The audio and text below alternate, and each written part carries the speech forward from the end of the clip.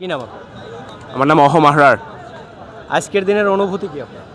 অনেক ভালো। আমি ৬ বছর প্রবাসে থেকে এখন এসে ২১শে ফেব্রুয়ারি উদযাপন করছি। উদযাপন না, আসলে ঠিক শোক পালন করছি, উপভোগ করছি। অনেক কি বলবো শব্দটা, ওভারওয়েলম লাগছে। ওভারওয়েলম বাংলা কি? আর দেখে আসলে দেশপ্রেমের অভিজ্ঞতাটা আরও পরিপূর্ণভাবে অনুভব করতে পারছি। কিন্তু বুঝতে পারছি না, বাংলার অবস্থা একটু খারাপ। বাট যাই আর কি, মাতৃভাষা যে বলতে পারছি, এই অধিকারটা যে পেয়েছি এই এতগুলা ছাত্রের জীবন ত্যাগের বিনিময়ে, ওটা নিয়ে আমি অনেক কৃতজ্ঞ ওদের প্রতি। আচ্ছা, আপনি কি জানেন এটা কি ভাষা? বাংলা ভাষা দিবস, আন্তর্জাতিক মাতৃভাষা দিবস। মাতৃভাষা দিবস মানে ভাষার জন্য যুদ্ধ হয়েছিল, তাই তো? তো এই যে ২১শে ফেব্রুয়ারি নামটাই যে ইংলিশ, এটা কি আপনি জানেন? জি জানি, ২১শে ফেব্রুয়ারি নামটা ইংলিশ। এটা কি মানে হাস্যকর না? অবশ্যই হাস্যকর। এটা বাংলা ক্যালেন্ডার অনুযায়ী দেওয়া ছিল। হ্যাঁ, আর দিছি আমরা বিদেশিদের নাম। এটা ঠিক না, ঠিক না। এটা হচ্ছে গিয়ে, জিনিসটা হচ্ছে গিয়ে, বাঙালি জাতি এটা আমাদের ঝামেলা একটা। আমরা স্বাধীন হয়েছি কিন্তু মুক্ত হই নাই, ২৪এও মুক্ত হই নাই। সব কিছু আমরা ইংলিশেই বলি। এই যে গেছে আপনার ভাইসরয়গুলা, এখানে যে ঢাকা ইউনিভার্সিটি কেন, ঢাকা বিশ্ববিদ্যালয় বলার কথা আমাদের যে পাসপোর্ট কেন পাসপোর্ট বলি, বাংলা নামে কেন বলি না? এই ইদানিংকার পোলা পাইন বাচ্চা কাচ্চা বাংলাই বলতে পারে না। গিয়ে আমার মামাতো ভাইয়ের লোকে দেখা করলাম আমি ৬ বছর পরে, বাংলা বলতে পারে না, বলে ইংলিশে কথা। ভাই, দেশে আসি বাংলা বলার জন্য, কেউ বাংলা বলতে পারে না। এই ২১শে ফেব্রুয়ারি নাম দেওয়ার কথা কত বঙ্গাব্দ কিছু জানেন না মানুষরা। বৈশা আছে, এই হলুদ জামা পরবে বসন্তের দিন, পরের দিন লাল জামা পরবে ১৪ই ফেব্রুয়ারির জন্য, পরে ভুলে যাবে। বৈশাখ এখন আর বৈশাখ নাই। বৈশাখ হচ্ছে যায় কফি হাউসে যাবে, ছবি টবি তুলবে। বাঙালি হওয়ার যে বাঙালির যে ইয়েটা ছিল, চলে গেছে।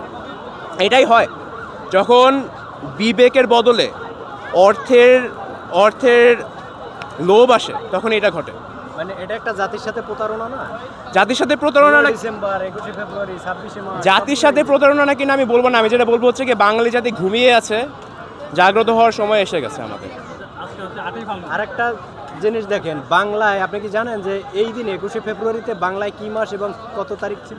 ৮ই ফাল্গুন। ৮ই ফাল্গুন। যেমন আপনি বিদেশ থেকেও আপনি জানেন, হ্যাঁ, বাংলাদেশি অনেকে জানে না।